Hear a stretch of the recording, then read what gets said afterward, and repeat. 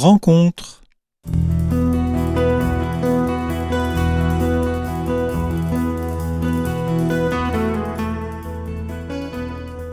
Chers amis auditeurs de Radio Espérance, nous sommes heureux de vous retrouver dans la chronique Rencontre, avec aujourd'hui la grâce de rencontrer Mathilde François, qui va nous parler de son livre « Les chemins creux », qui ont paru aux éditions des Béatitudes.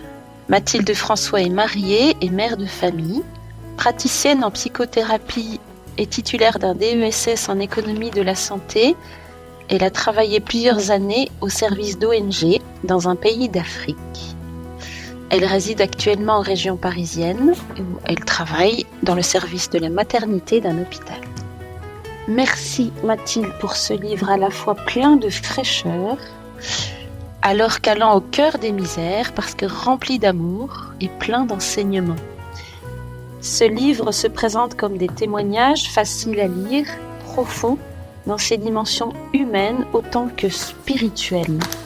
Nous vous invitons, chers amis auditeurs, à rencontrer Mathilde aujourd'hui à travers cette émission et à la rencontrer à travers la lecture de son livre qui a été qui véhicule une grande espérance. Bonjour Mathilde. Bonjour Béatrice. Est-ce que vous nous permettez de lire un petit passage de ce livre comme introduction à propos de Charlène? Avec plaisir. Charlène avait vécu des viols. Je précise aux auditeurs que tous ces témoignages ont eu lieu en Afrique, avec beaucoup de misère, dans les bidonvilles, dans les milieux les plus défavorisés qu'on puisse connaître. Charlène avait vécu des viols vraisemblablement incestueux pendant au moins une dizaine d'années, 3 grossesses de la honte alors qu'elle était enfant, et 3 séparations d'avec ses propres enfants. À ces drames gravissimes, s'était ajouté le silence et le secret qui avaient enseveli la blessure de Charlène et donc empêché sa guérison. D'où l'alcoolisme chronique pour fuir sa souffrance enterrée et le déni de grossesse totale pour se protéger de tous les souvenirs douloureux qu'une grossesse risquait de réveiller. La détresse de Charlène me semblait être un abîme qui risquait de l'engloutir si elle s'en approchait et de la détruire si elle tentait de l'éviter. J'étais donc perplexe sur la manière de l'aider à l'affronter et je me sentais, encore une fois, totalement démunie face à tant de peine. Mais Charlène avait aussi une grande foi. Elle croyait en Dieu, en son amour et en sa présence à ses côtés. Alors un matin, je lui expliquai que Dieu seul connaissait la profondeur de ses blessures et saurait les guérir. Et que nous pouvions, si elle le désirait, aller ensemble lui rendre visite et lui parler de tout ce qu'elle n'avait encore jamais pu confier, mais que lui connaissait. Bien d'accord avec mon constat, elle a aussitôt accepté ma proposition. Nous sommes donc partis dans l'église la plus proche, au pied du tabernacle devant lequel, humblement, elle s'était assise. Charlène ne pouvait se décharger de sa souffrance par les mots, mais elle a accepté que les miens la remettent à Dieu. Je lui ai donc raconté ce qu'il me semblait que Charlène ne pouvait exprimer.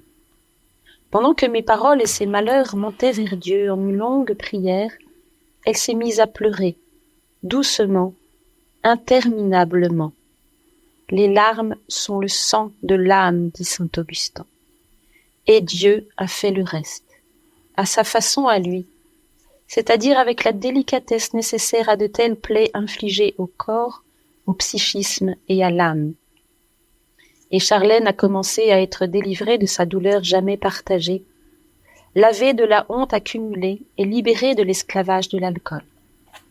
Et peu de temps après, elle a pu commencer un travail et le garder. L'accompagnement thérapeutique était nécessaire dans le cas de Charlène. Elle avait un besoin vital de ne plus rester seule avec sa souffrance et de commencer à être soignée par l'écoute, la compassion, la consolation.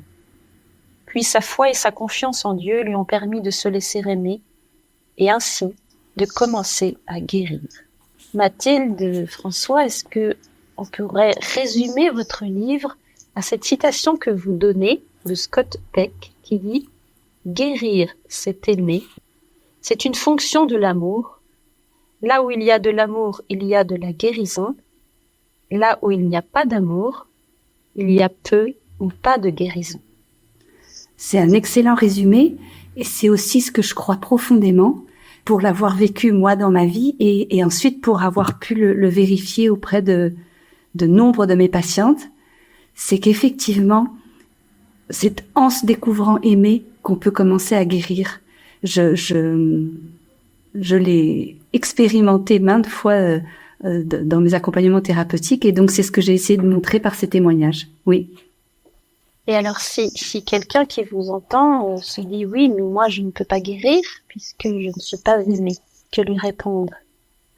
Alors, je crois que face aux épreuves et aux souffrances de la vie, le pire de tout, c'est de rester seul, en fait. Parce que la solitude aggrave la souffrance. Mais dès lors qu'on trouve une main tendue, dès lors qu'on partage son malheur, et donc dès lors qu'on fait un petit peu l'expérience de l'amour, d'une fraternité, d'une bienveillance, d'une bonté, alors on peut commencer à guérir. Donc je crois qu'il y a jamais de mur infranchissable en fait, et que face à la détresse, la souffrance, même la privation d'amour, eh bien on peut toujours chercher une main tendue et chercher à ne pas rester seul avec sa souffrance pour pouvoir commencer à guérir. Effectivement, vous dites que parler est fondamental. Je cite quelques passages de votre livre qui nous redisent « Tandis qu'en habillant sa douleur de mots, en la racontant avec une personne bienveillante, déjà on la surmonte. Et on commence à guérir car on n'est plus enfermé avec elle. Tous les chagrins sont supportables si l'on en fait un récit. » Et plus loin, elle avait un besoin vital de ne plus rester seule avec sa souffrance et de commencer à être soignée par l'écoute, la compassion et la consolation. Raconter son épreuve, en être enfin consolée et se découvrir aimée lui ont permis de transformer lentement son traumatisme en un tremplin vers une vie nouvelle. Vous dites aussi que tout dépend de la qualité de celui qui écoute, car un secret confié mal accueilli ajoutera un mal à un mal, alors qu'un secret confié à une personne qui ne juge pas et qui compatit réellement enclenchera un chemin de guérison. Alors, est-ce que vous pouvez nous dire pourquoi il est si important de pouvoir partager sa souffrance? Eh bien, exactement pour la même raison que dans votre question précédente, c'est-à-dire que la solitude aggrave la souffrance et que quand on reste tout seul avec son fardeau, tout seul avec son malheur, on ne peut pas guérir. Il faut absolument partager ce qui nous fait souffrir, mettre des mots, effectivement, habiller sa souffrance de mots pour pouvoir faire cette expérience de la consolation et pouvoir petit à petit dépasser son épreuve et devenir heureux malgré elle et malgré les traces qu'elle peut éventuellement laisser dans le cœur et dans la vie. Mais donc, je crois qu'on n'a pas autour de soi quelqu'un qui peut nous écouter, et on peut le faire auprès d'un professionnel comme vous. Alors professionnel, oui, mais il faut trouver une main tendue. Boris Cyrulnik, qui est le neuropsychiatre qui a vulgarisé la résilience, parle de tuteur de résilience, c'est-à-dire effectivement une personne bienveillante qui va accueillir avec compassion, moi je dirais avec amour, le secret, la douleur. Dès lors qu'on n'est plus seul, du coup, dès lors qu'on a trouvé quelqu'un qui comprend, qui compatit, qui est là avec nous dans notre douleur, un chemin s'ouvre.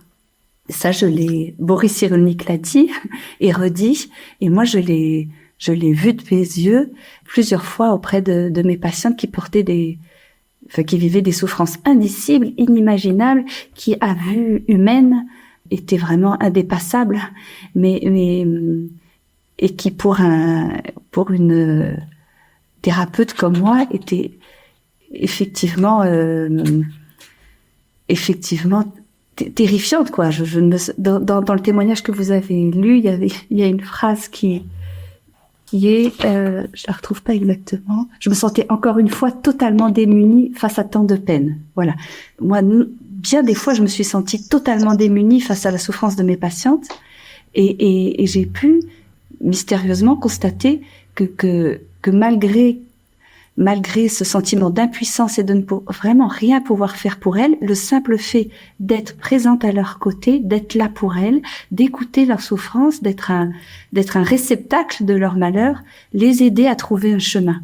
Donc je crois qu'en fait, peu importe la blessure, peu importe l'épreuve, peu importe la douleur, dès lors qu'on la partage, qu'on n'est plus seul avec elle, un chemin peut s'ouvrir et la souffrance peut devenir chemin, oui, même chemin de vie. Comme vous l'avez expérimenté vous-même, après une enfance douloureuse et éprouvante, vous avez trouvé Dieu comme confident.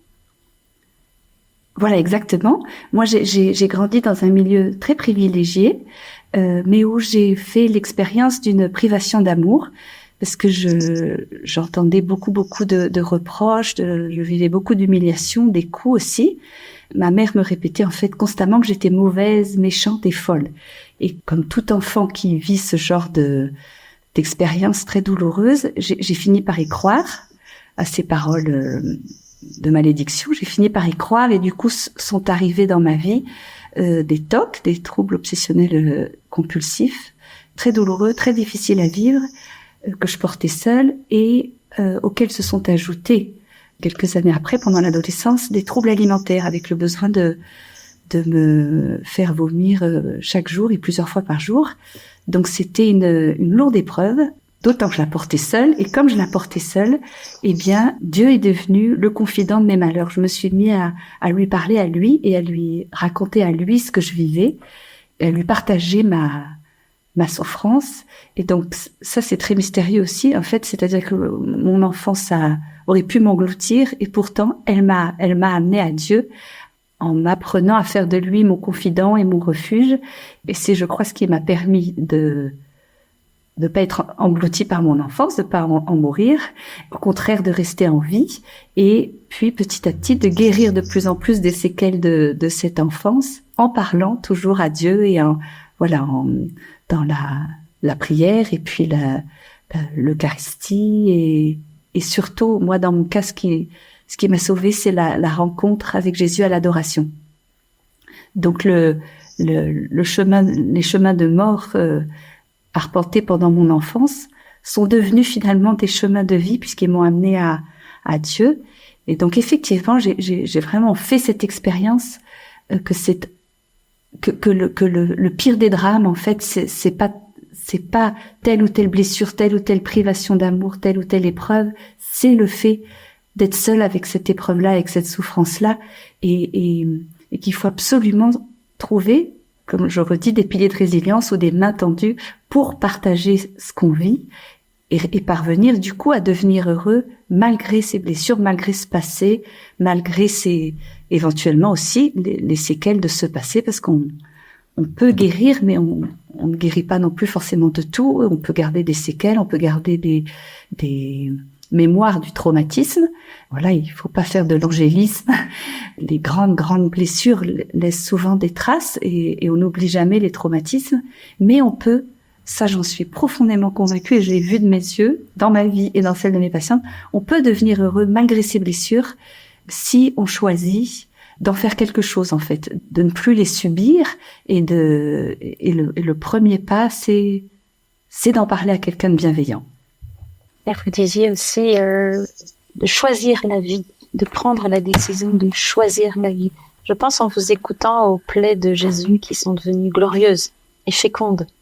Et c'est pour ça que je disais que votre livre est plein d'espérance, parce que dans tout votre livre, que ce soit votre expérience personnelle comme celle de vos patients, on trouve ces chemins de guérison, ces chemins, même s'ils ne guérissent pas tout, ces chemins d'ouverture à la vie, finalement. Mais oui, parce que je crois qu'on a toujours le choix et que la question n'est pas tant qu'est-ce que j'ai vécu, qu'est-ce qu'on m'a fait, qu'est-ce qu'on m'a donné ou pas donné, mais qu'est-ce que je choisis aujourd'hui de faire de ça. Et on a cette liberté, tous les êtres humains, quelles que soient nos religions, nos cultures et nos croyances, on a cette liberté de dire aujourd'hui qu'est-ce que je choisis de faire de ma souffrance. Est-ce que je choisis de continuer à la subir ou à pour voilà, laisser parasiter ma vie et voler ma joie, ou est-ce que je choisis de renforcer, Boris Cyrulnik dit, renforcer la partie saine de la personne pour lutter contre la meurtrissure et devenir humain malgré tout. Lui, il dit devenir humain malgré tout. Moi, je vais un tout petit peu plus loin. Je dis devenir heureux malgré tout, parce que je crois que, comme vous dites, quand on choisit la vie, quand on choisit de faire chaque jour le plus petit pas possible pour choisir la vie, eh bien la vie circule à nouveau, la vie, on n'oublie pas ces traumatismes, mais on arrive à vivre avec de mieux en mieux, et on peut devenir heureux malgré le traumatisme, malgré les séquelles qui restent. En laissant Dieu faire toutes choses nouvelles aussi. Exactement. Il y a une phrase que j'ai beaucoup aimée d'une de vos patientes, enfin à propos d'une de vos patientes. Vous dites, c'est en comprenant que sa souffrance à elle était pour Dieu une souffrance, que Nathalie a accepté et décidé d'apprendre à ne plus rester victime du mal autour d'elle, car Dieu souffre quand le mal existe.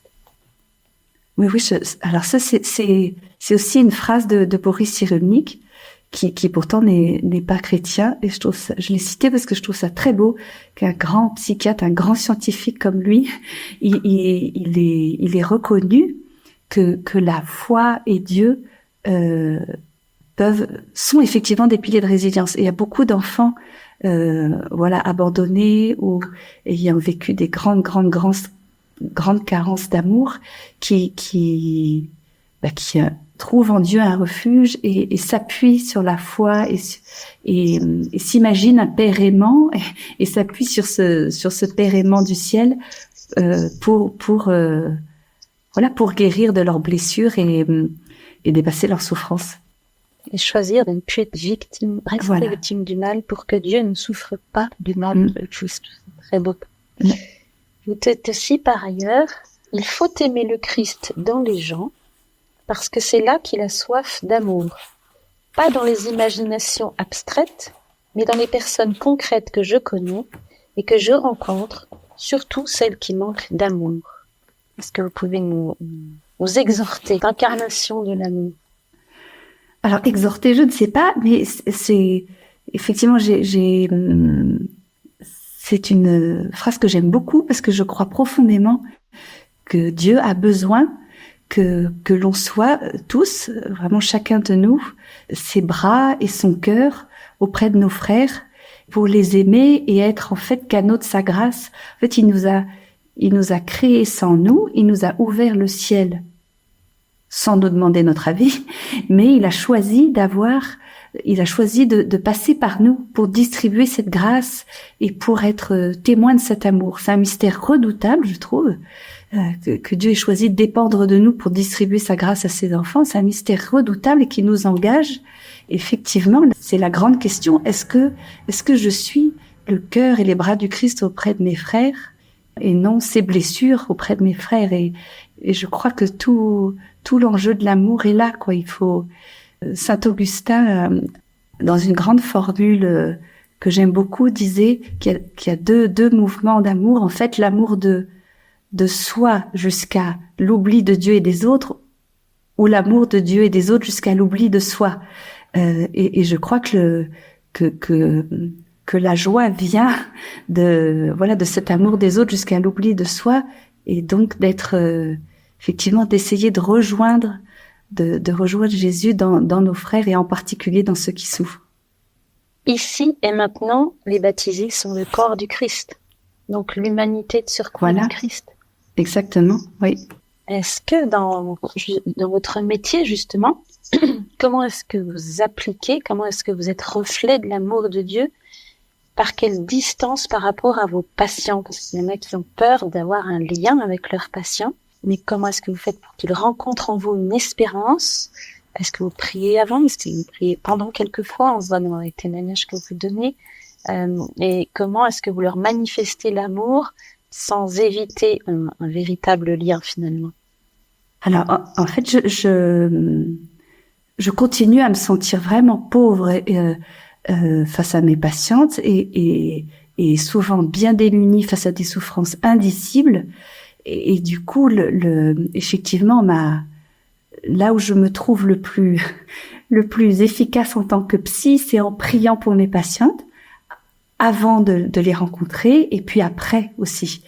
Donc je ne rentre jamais dans une chambre sans me confier à Jésus et en lui demandant de m'aider à aider ces personnes, et puis en les amenant après dans mon cœur par la prière à l'adoration.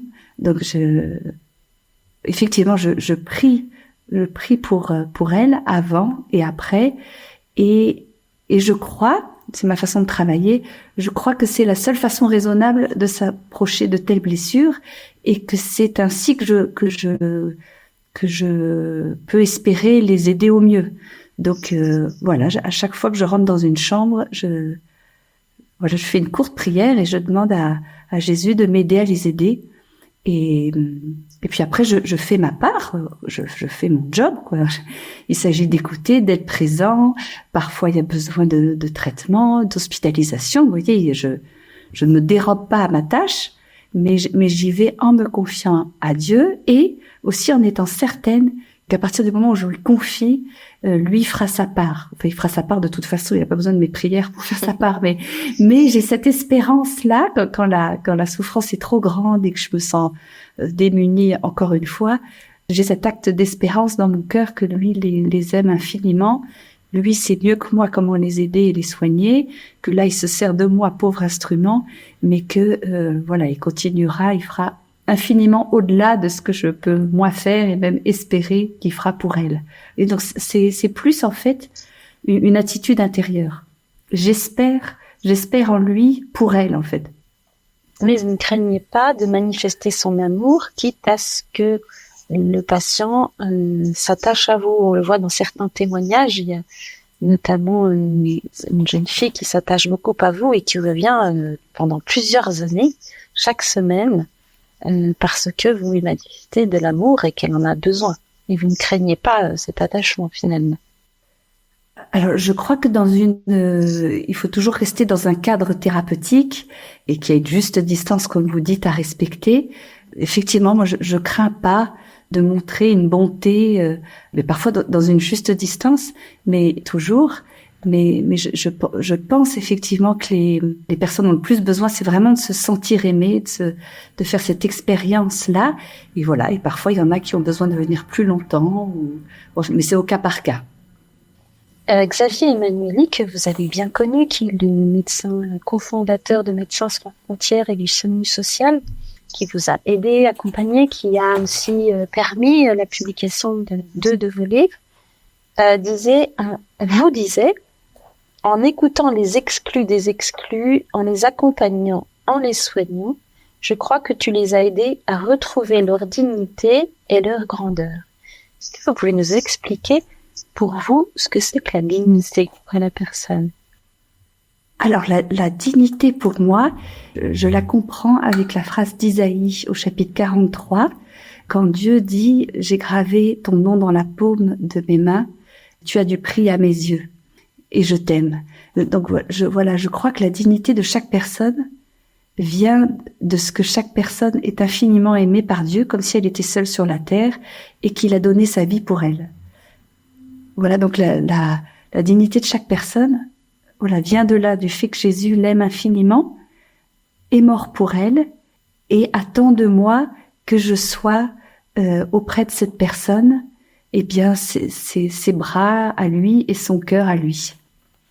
Et donc, il s'agit d'essayer, effectivement, on y revient encore, d'être un reflet pas trop mauvais de cet amour infini. Enfin, d'essayer d'être un reflet pas trop mauvais en s'appuyant toujours sur sa grâce et en sachant que lui fera infiniment plus, quoi. Oui, c'est ce qui nous donne confiance. Est-ce que vous continuez maintenant à exercer ce que nous pourrions appeler un ministère de l'amour, en associant vos compétences professionnelles, les fruits de votre expérience personnelle et professionnelle, et votre confiance en celui qui peut faire toutes choses nouvelles? Écoutez, j'essaye. J'ai la chance de travailler dans un hôpital, dans le service maternité gynécologie, et où donc je rencontre chaque semaine beaucoup de mamans qui accouchent ou qui ont accouché ou qui vont accoucher. Donc dans ce lien mère-enfant si important. au moment de l'accouchement, qui est aussi si important dans la vie d'une femme, où se rejouent souvent des événements de sa vie et où elle a souvent besoin d'être accompagnée. Et donc, c'est un travail qui me plaît beaucoup. Effectivement, j'essaye chaque jour et pour chacune d'être un reflet de cet amour de Dieu, mais sans forcément le dire. Quand j'habitais en Afrique, la foi était très présente et je travaillais pour une ONG. Et donc, en accord avec celle qui m'employait, il m'arrivait souvent de parler de la foi et d'utiliser, comme pour Charlène, le levier de la foi comme instrument de guérison. À l'hôpital public en France, c'est pas exactement le même cadre.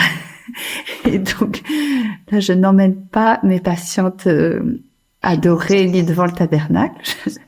Je me ferai virer dans la seconde. Mais par contre, je les emmène dans mon cœur à l'adoration. Ça, personne ne m'empêchera de le faire. Et je le fais. Et je suis sûre que c'est par ce biais-là que je suis là, que je leur fais le plus grand bien. Vous pouvez peut-être nous donner, comme vous avez donné des témoignages dans votre livre par rapport à ce que vous avez vécu en Afrique, est-ce que vous auriez un témoignage à nous donner par rapport à ce que vous vivez à la maternité? Un témoignage de personnes éventuellement, ou quelque chose qui vous a touché, ou quelque chose que vous voyez dans tous les moments. C'est tellement important, cette maternité, comme vous le dites, et c'est un moment tellement important. Alors c'est un moment essentiel où effectivement il peut arriver que beaucoup de choses se rejouent dans leur propre lien à leurs parents, à leur histoire. Voilà, beaucoup de liens à leur conjoint, enfin de choses par rapport à leur conjoint aussi donc c'est un moment crucial. Ce que j'observe, et j'avais déjà observé effectivement en Afrique, et dans ma propre histoire, c'est qu'en fait, ce qui bouche la capacité d'aimer de la mère et ce qui l'encombre et ce qui paralyse en fait son cœur, c'est pas telle épreuve ou telle pathologie ou tel défaut c'est un malheur inconsolé en fait. Et donc quand une maman peut pas s'attacher à son enfant ou le rejette ou le repousse ou en fait même un objet de haine, c'est pas que cette maman est mauvaise, c'est qu'il y a un malheur inconsolé. C'est qu'elle a été insuffisamment, justement, écoutée, comprise, accompagnée. Et donc, je crois qu'il est essentiel de faire un travail de repérage et pour déminer, en fait. Et donc, repérer une maman qui souffre par son histoire ou par son conjoint ou par son environnement pour l'aider à guérir de ce malheur-là et assainir, du coup, la relation qu'elle pourra tisser avec son enfant. Mais très important d'aider chacune, et c'est notre job de soignant, en tout cas moi c'est comme ça que je considère le mien, d'aider à repérer vraiment ce qui peut encombrer et paralyser le cœur des mamans pour les aider à cheminer, à guérir de leur malheur, pour pouvoir du coup devenir des mamans pour libérer et proches voilà, c'est ça. C'est comme ça que je résumerai mon travail. Et il y a effectivement un parallèle entre ce que j'observais en Afrique, qui était un peu paroxystique. C'était vraiment des immenses catastrophes, vraiment des ravages commis dans l'identité des mamans. Il y avait beaucoup à faire. En France, il y a quand même d'immenses souffrances. C'est un peu plus dispersé, mais il y a quand même de quoi faire. Il y a quand même des malheurs à accompagner aussi. Et en fait, la capacité d'aimer est présente chez chacun, mais il faut la libérer de ce qui l'obstrue. Je crois, oui. Et dans ces cas de maltraitance ou d'enfants qui se sentent mal aimés ou pas aimés, on retrouve toujours un malheur non accompagné chez la maman. Et quand on en prend soin, quand on la materne elle, en fait, il faut la materner elle, il faut l'aimer elle d'abord, et elle va pouvoir devenir capable d'aimer son enfant. Est-ce que vous auriez un mot de la fin pour nos auditeurs? Oui, bien sûr. Eh bien, le mot de la fin, ce serait que je crois profondément que Dieu peut tirer du bien de tout. Donc, dès lors qu'on lui confie avec confiance une souffrance ou que ce soit la nôtre ou celle d'un de nos frères, tout en faisant notre part à nous par rapport à cette souffrance. Mais dès lors qu'on la lui confie aussi à lui et qu'on croit qu'il fera la sienne, eh ben, il en sortira immanquablement du bien. Voilà, donc c'est un mot de la fin d'espérance, c'est de croire que oui, il y a des souffrances inimaginables et indicibles dans la vie de beaucoup de personnes, mais, et c'est un mystère, qu'on comprendra probablement qu'au ciel, mais on a aujourd'hui, on peut croire on peut choisir de croire qu'il tire du bien de tout et qui, c'est dans Romains 8, je crois, et que tout concourt au bien de ceux qui aiment Dieu.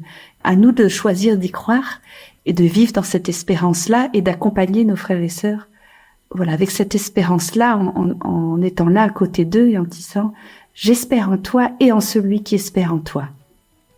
Les aider à choisir la vie. Merci beaucoup Mathilde François. Je rappelle aux auditeurs, le livre de Mathilde François a été publié aux éditions des Béatitudes et son titre est Les chemins creux, résilience par l'amour. Préface de Boris Cyrulnik et postface de Xavier Emmanueli. Au revoir et à bientôt. Merci beaucoup. Au revoir.